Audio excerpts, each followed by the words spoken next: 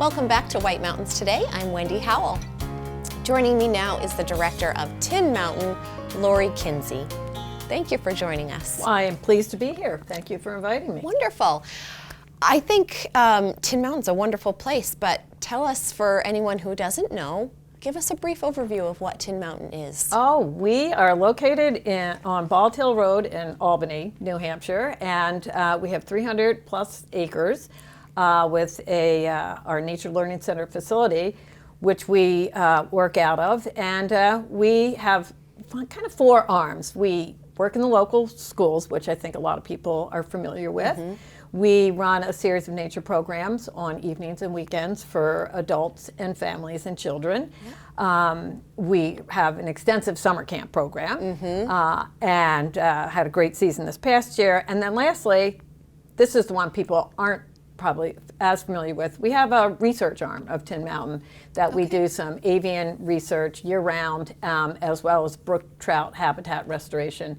That's more of a spring, summer, fall program. Wow. Which includes interns and so forth. So that's enough to keep you busy. A little bit. So, and if that wasn't enough, I think one of the most exciting things that we've done recently is that we have built an accessible nature trail at Tin Mountain. And we just felt strongly that the natural world should be available to everyone. We all know it's a place a lot of people go for refuge and calm and inspiration and re-energizing and so forth. So we are still in the middle of the project, but the trail actually is open at this point for people who want to just go check it out before the snow flies. So it's built to ADA standards, which really focuses on grade and then also the surface of the trail. Okay. And it's accessible for a variety of different styles of wheelchairs and so forth, but it's also great for strollers and also just plain old mobility issues because it's compact, it's not steep, you're not tripping over rocks, you're not tripping over roots. Nice. So I would say that we have the majority of visitors so far kind of fit into that category of just appreciating a trail of that nature. So, yes. So we've done. The actual construction was done by Recon Trails, Matt Coughlin's group, who did an excellent job. Not only are they good trail builders, but they're artists. They just really did some beautiful stonework. We're also working with this fellow, Chris Tangway of Maine Dry Stone, who also has done a lot of beautiful stonework. There's a pavilion that built by Greenside Timber frames out of Sandwich, and that'll be available for getting out of the rain, getting out of the sun, so shelter, picnics. We can use it for school groups when we go on field trips. It's a gathering spot. Nice. It's a really beautiful pavilion. So that was a nice addition as well. It's 1.2 miles long, and there's definitely options. There's a ton of benches for rest spots. Now this winter, our goal is to finish up kind of the infrastructure of. We are putting up interpretive panels. Okay. So focusing on things like a wildlife tree or what kind of wildflowers you might see. Sure. There's great geology in this area, so all kinds of things like that.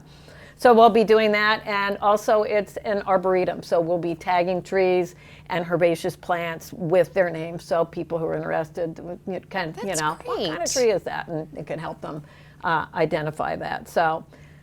One of the common questions that people ask are dogs welcome on the trail? And by all means, yes, dogs, particularly service dogs, all dogs need to be leashed that are on the trails. And that's our kind of overreaching rule for all of our trails. We ask that dogs are leashed, and of course that people pick up after their dogs.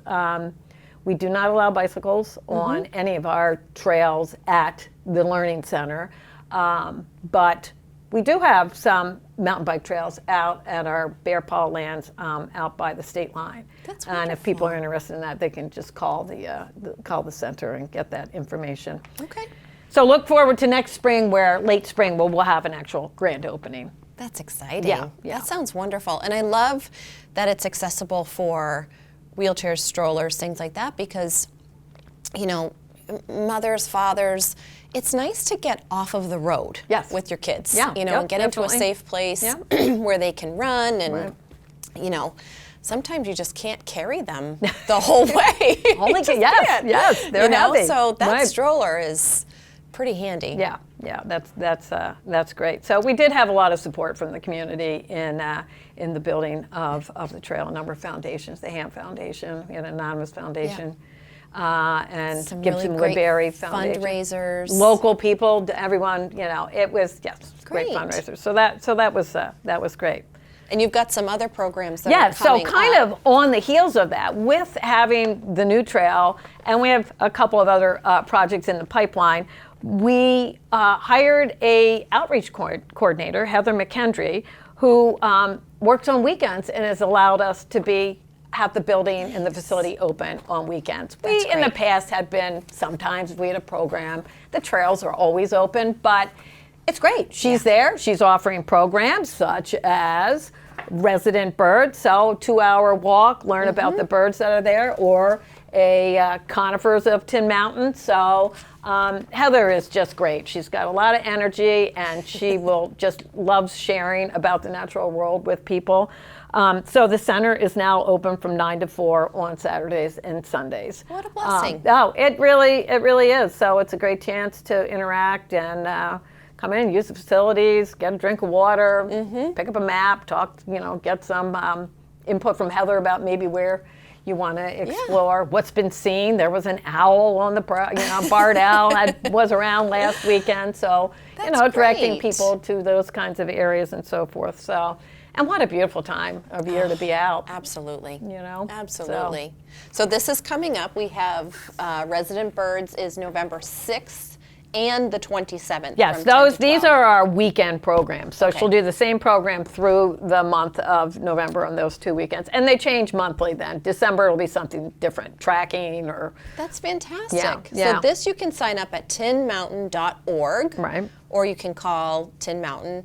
$15 per person or $25 for a household. Yes, and that is only if you're not a member of Tin Mountain. If you're a member of Tin Mountain, it's free.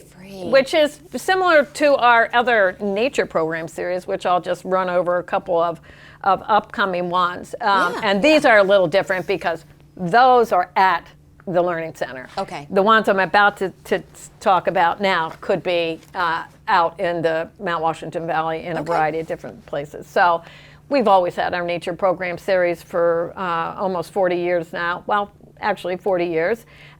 This year's our sponsors are White Mountain Oil, Hancock Lumber, and Ragged Mountain Equipment, which helps us put on these programs as well. And then we also have a nature programs of the North Country, which is Gorham Berlin area, and the sponsors up there, that's the Tillotson Foundation, and the Glen House is also a sponsor as well. So upcoming programs on November 5th, we have forest management, past, current, and future. Now you may think, well, that doesn't sound too interesting. It's fascinating. A lot of people think logging and they just think, ugh, that's awful. Well, the place where we're going was a cut. It's Tin Mountain property. It was a cut that Michael Klein, the previous director, had done approximately 10 to 12 years ago. And you would be amazed at how beautiful this particular part. You do forest management for a reason. And it's like giant gardening, to really simplify it, but thinning and and so forth. And it really is just, it's a great spot. That program is co-sponsored with the Upper Saco Valley Land Trust. And for any of these, give Tin Mountain a call, go online, you can sign up. We have one I always look forward to, Winter Greens and Wreath Making, and that's on Saturday, November 19th. And myself and Nora Dufalo, who's our outreach director, our program manager, you sign up, you learn how to make a balsam wreath, you walk away with this beautiful wreath and a lifelong skill, I always like to say. So I would like to speak to that because I learned how to make wreaths in 4-H when I was a kid. There you go. And I can still make a balsam wreath now. I know, that's great. So there is a charge for that, even for members, $30, but it's really everything. Here's your greens, here's your ring, your ribbon, all that. So that's a wonderful program. And then the other one that we're building up to is our Christmas bird count. And if people aren't familiar with what a Christmas bird count is, it is a event that happens, and this year will be Saturday, December 17th. And what we do is you take a census of all birds seen during that day, and it starts at midnight and it goes until midnight. Oh, and fun. We've been doing this now for close to 40, almost as long as Tin Mountain's been around, close to 40 years. So we have this great database of birds and numbers and so forth. And I always like to use the turkey as an example. You know, if you had done the Christmas bird count in 1990, you would have been hard pressed to find a turkey. You can't take a walk anywhere or drive anywhere without seeing turkeys everywhere. So that's a good success story. Unfortunately, you also see the reverse of that. Species that used to be quite common that are dropped significantly in numbers. But anyway, it's a good citizen science initiative, and if anyone's interested, definitely reach out to us and we can help you. So prior to that, on Thursday night, December 8th, Chris Louie from Raven Interpretive Programs is doing an evening program, kind of a refresher identification of what birds you can expect to see. Okay.